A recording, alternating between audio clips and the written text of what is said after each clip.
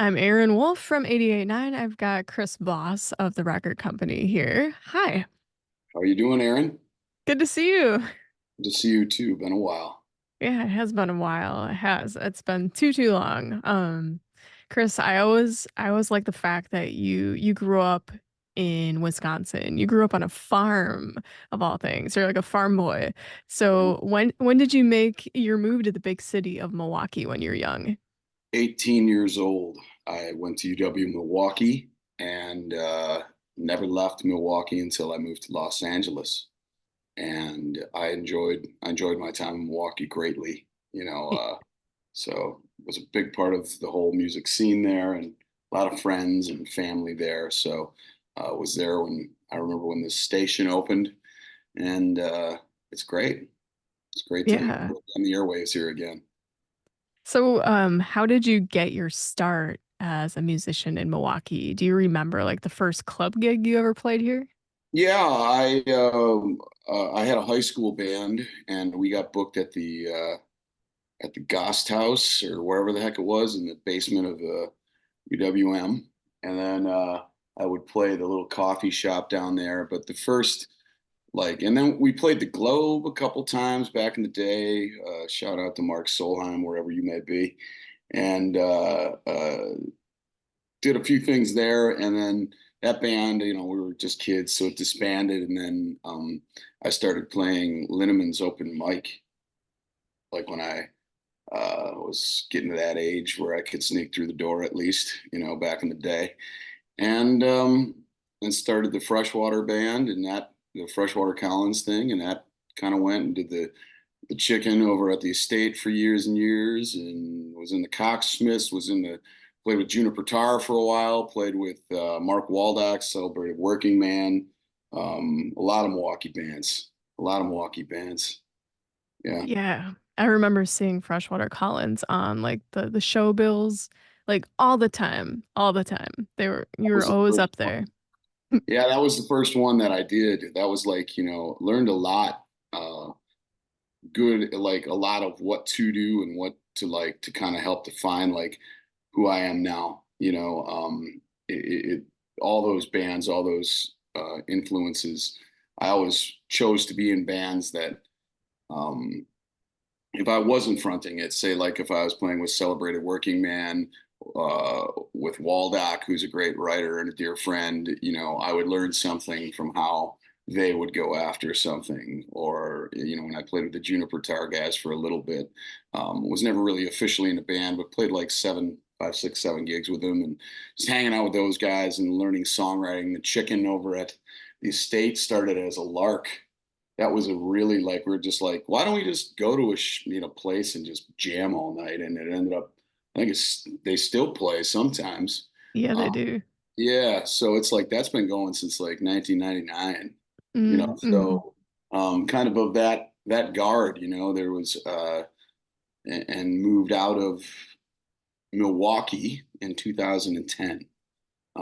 So I've been in LA for 13 years now. Lucky number 13.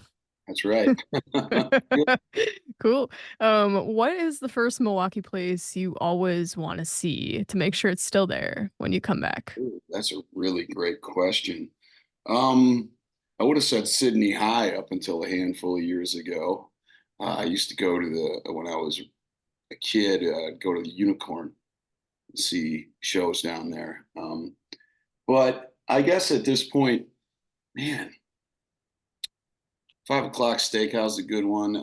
Brothers, I was really stoked. Our friends ended up they do the Top Chef show, and I took our friend who produces that show with Mark. I took her down to Brothers, Three Brothers, excuse me, Three Yeah. Brothers, and we got them in there, and that's a place that Valerie, my wife, and I will always go when we come back into town. Although now I hear it might be a little tougher to get in there, which is great. Yeah, no, it's Great not sweet a bad spots. problem. Wade's Guitar Shop. My old boss, Wade, when I graduated from UW Milwaukee, he gave me a job. But I know Wade's there because I talk to him all the time. But I have to go in there and just sit. He gave me the employee discount for 20 years. Yeah. You know, I had to ask him to stop. I was like, I would go in there and still buy stuff when we come through on tour. And he's like, employee discount. I'm like, wait, no more employee discount, man. Come on. But that's Milwaukee. That's kind of people, Top Shelf. I worked over there for a while, Top Shelf Music. So, I'm glad to see some venues have still survived and some new ones have popped up. Although I heard the estate closed. Did I hear that? Is that correct? Yeah. Yeah. It's a drag, man. You Uh, never know when things come back, though. You never know. that's right. Yeah. Well, let's Yeah. hope so. Let's hope so. That was Yeah. part of the scene. Yeah. So you all have like a little break on your tour dates after your Turner Hall show I saw. Are you gonna get some time to decompress and visit with family after that? The last show is the night before the Super Bowl, so Oh, okay. we'll and play Milwaukee, and that show is going to be filmed actually in Milwaukee for like a bunch of possible stuff in the future. Last show of the tour, probably go back to the farm and hang out with mom and dad for a day or two, and then go back to Milwaukee and kind of get just keep on moving. I don't like sit still for long. I like to stay creative and stay engaged in my life with music and writing and just being inspired. So son of a farmer, I have to work. I have to, and it's not work to me to do music. It's whatever price there is to pay or had the toll that had to be paid for me to do what I do was all fine with me. I have no complaints about it. Not in a like, just in a, this is, if you work to do something, you hope you have reasonable intentions behind why you did what you did, why you spend your time the way you do. And I think through this whole process of the band, like going out to LA, knowing nobody and like kind of getting this thing moving and being able to come back home with it and like all the stuff that's gone on. One of the big lessons I've learned is that the answers you're looking for are in different places and your needs than you may have anticipated, and your needs may be different than what you thought when you started dreaming this thing. So uh, Mm-hmm. I feel very centered on it now. I've got my Wisconsin, my feet are always in the ground because of where I come from, but I also have learned a lot and gained a lot of perspective being all over the country, the world, and just growing and trying to be a student. Hmm. I give long answers, by the way. I don't apologize. I'm just letting you know. It's No, be careful. I'll spin a yarn. I appreciate that. I mean, I think, yeah, you're just basically saying you found balance in this lifestyle that's chosen you and you've chosen along with it. And that's awesome. It's a beautiful place to be. I think it's like it was following the example of my parents, um, who both, loved what they did. My mom was a nurse for 50 years, loved it, didn't want to retire basically, and just felt like she had to. My father just got both his knees replaced. I don't know if he's wants me airing that out on the airwaves, but sorry, Dad, can't put it back in. But the first thing he's thinking about is when can I go back out there? He's 75, so it's like when Valerie, my wife, and we met with somebody who was talking to us about like, planning for retirement, quotation marks, if you're out there in radio land. He asked her when she'd like to retire, and she said, what you would expect, in her 60s, whatever, late 60s, that would be ideal. And he said, when would you like to retire? And I said, when they bury me, man, that's when I'll retire. Or when I can't do this anymore, if I physically, for some odd reason, can't do it, which could happen, through age or God forbid. As long as I can do it at a level that I feel like I'm putting something out there that represents a value and has something to say, I'll do it. And I don't even feel like my tank is even close to halfway out of gas. I'm very motivated and very excited, and Yeah. I'm stoked to be here. I'm sitting here in Best Western in San Antonio, Texas, ready to rock, tonight. So Yeah, yeah. I mean, even as you get into your 80s, you could totally Les Paul it, sit down, jam on Yeah, the guitar. my heroes are all those, like Muddy Waters and all those guys from Chicago. Obviously, like they have Mhm. a completely different experience, background, and time. But like, I look to artists. That's something I've always been very curious about. Is like, why is someone like a Johnny Cash or a Merle Haggard or a Ray Charles or a Aretha Franklin? Why can they? How did they sustain their voice? You know and their validity, all the way it's to where if you still went and saw a concert of theirs at the end of their lives, you were like, it still was fresh and beautiful. And I think what I have drawn out of that is some people that have a purity of intent with how they deliver their voice, how they deliver their music, even if it's extremely energetic or way mellow, whatever it is, that they can retain it. They can retain that greatness. Like you look at a Neil Young, or any of them, uh, and whatever is in me, that's kind of like the model I look at. Is like lifelong musician that is, fashions come and go, uh, in style and out of style, comes and goes, but good songs and heartfelt performance is something that you can hang your hat on. Um, and that's all we're trying to do here. Yeah, absolutely. Absolutely. There, yeah. Don't change something that's good. You know, if you form the mold of who you are and your vision, you just yeah, that's set in a good way. Not Yeah, so like not yeah, flow yeah. with it, right? Yeah, like Mm-hmm. if change comes, you gotta, change can be broad in so many different ways, but musical change, personal change, taste change.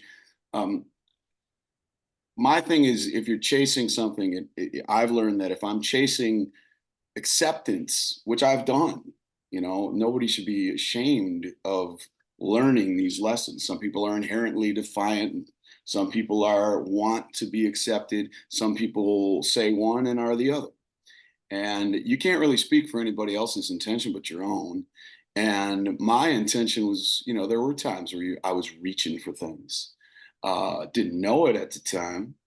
Upon reflection, you do. I find it ironic that it was when I finally said, the hell with it, and just was put out on an island in LA where there's people on stage, and no disrespect, but like with computers, and I'm up there with lap steels and dobros in like 2010 when it was way out of fashion to be that. Mm-hmm. And you just got to shine out from who you are and evolve, evolve as stay open to evolving is what I've learned. And be a student, always a student. Never sure that but know that you're sure, you know. Mm-hmm. Those are wise words. Thank you. Yeah. Um, I guess I wanted to talk about your album that came out in September on Round Hill Records, the fourth album. You all went for a self-described back to basics approach with Yeah. this one. You used a yard sale drum kit you've had for years and you recorded in a living room. So, what artistic choices like these lend to the sound and the feel of this record? Um, well, when we recorded to just kind of quickly get to what you're saying. So the first record we did was called Give It Back to You, and that was kind of the record that like kind of brought it all, lived a whole life to get to that point and then have the opportunity to have wheels on the road and people paying to see concerts. That's when that changed for me.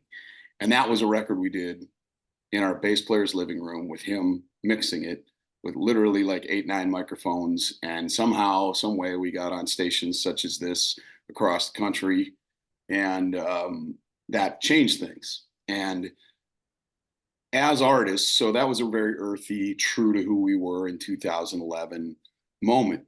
And uh, as artists, you want to explore sound, you want to find new opportunity. So the next record we did kind of half that way. We did some of it at the living room, and then we went into Our buddy Clay had a nice studio like on Sunset, and we just went in there, and it was like junky old cool. I like walked in there, I was like, this studio looks like how we should sound.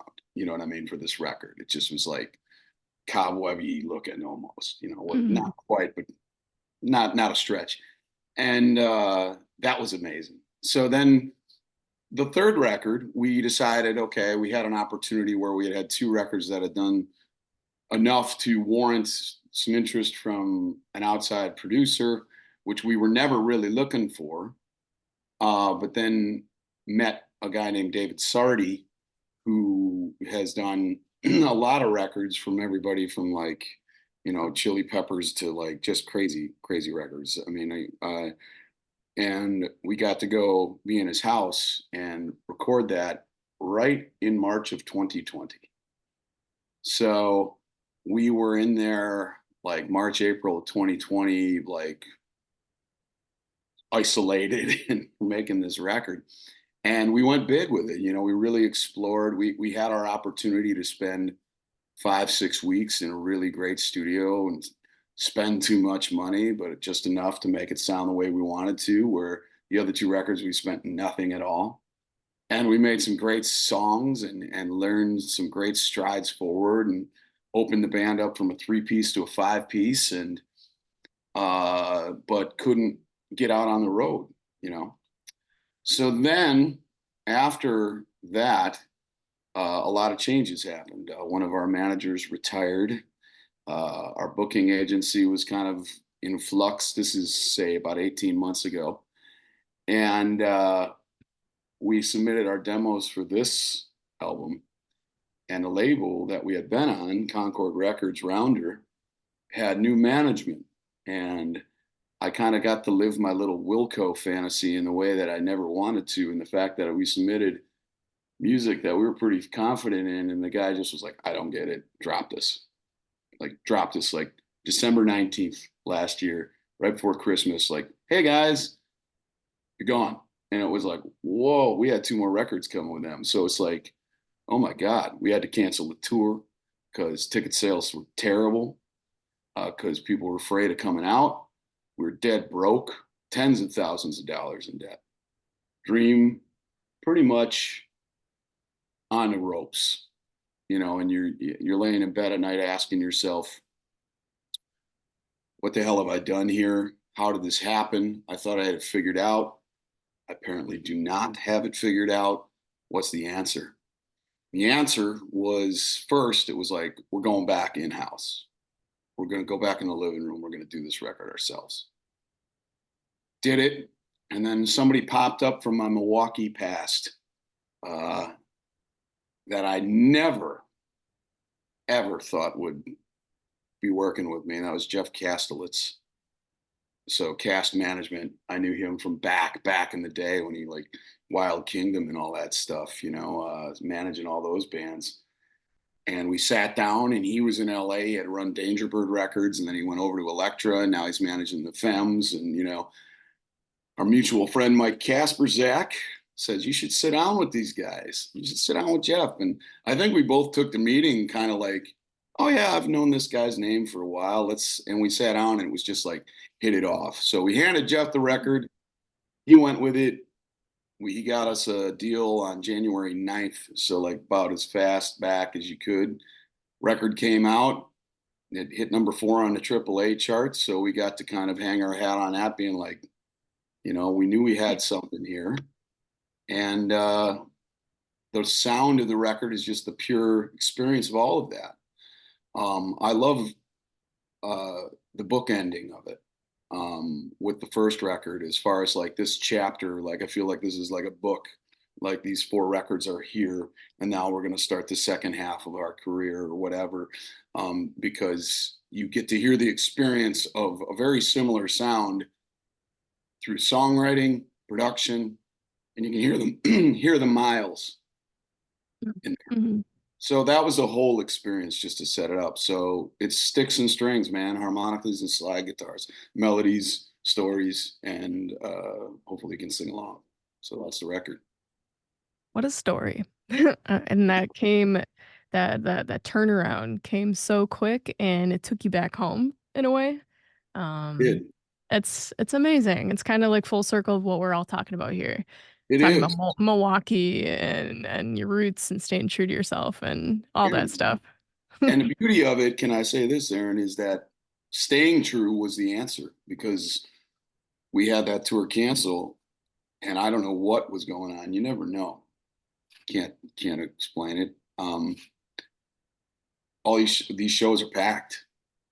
We're selling out. We've got this tour is selling out. The whole back half's about to sell out, and it's like I'm just in shock that that's happening at this point in my life. And I'm just like, again, I'm not going to question this.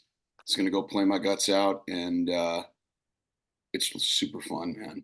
It's super fun to do it. And if I could say anything, if I was my 21-year-old self and I had actually made it this far to listen to some dude talk that I don't know, I would probably want to say to that musician in Milwaukee, be yourself, be yourself, be yourself, and be hard on yourself, but forgive yourself for your growth. Don't be ashamed. Don't be ashamed of anything you've ever tried to do. Don't be ashamed of any creative move you've ever made. Don't ever question your motivation until after you've been motivated and done it and seen how it fits you, because it's called growing and exploring. And if you've got people, only listen to people who you admire, who do something you admire, be it musically, artistically, in their job, in their life. Don't be listening to people who are, you never know what people's motivations are. Be yourself. Mm, Don't be taking off your space on yourself. That was something I didn't know some days when I was younger. mm, And mhm.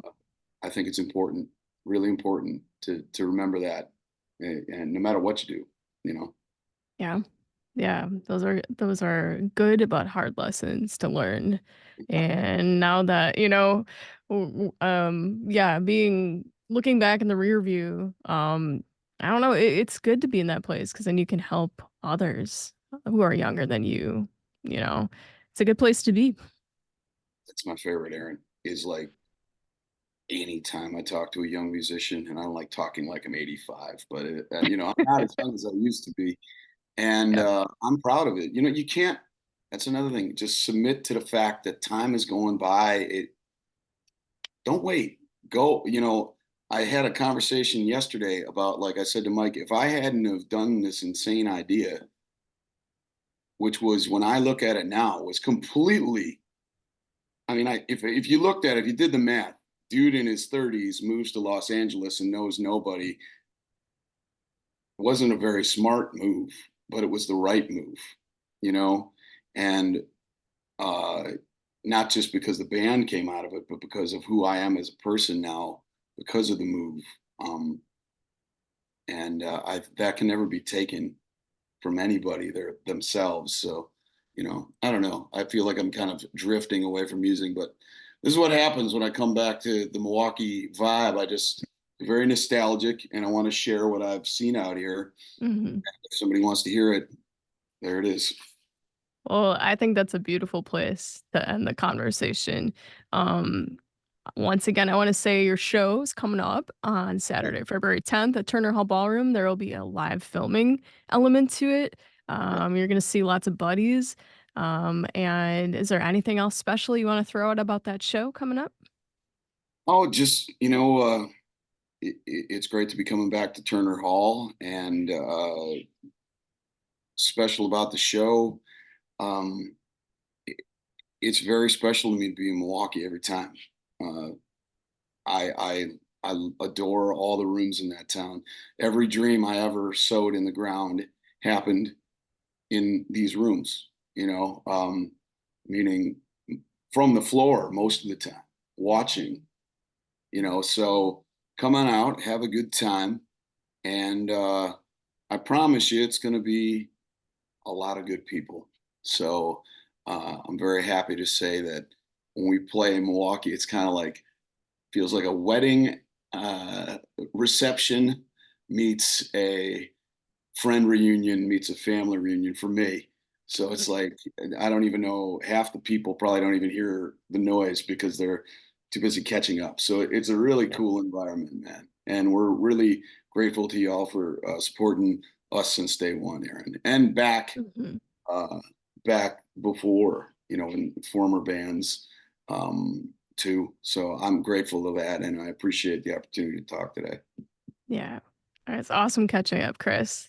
Yeah, Have a wonderful show when you come back to Milwaukee. February 10th, Turner Hall Ballroom, the record company.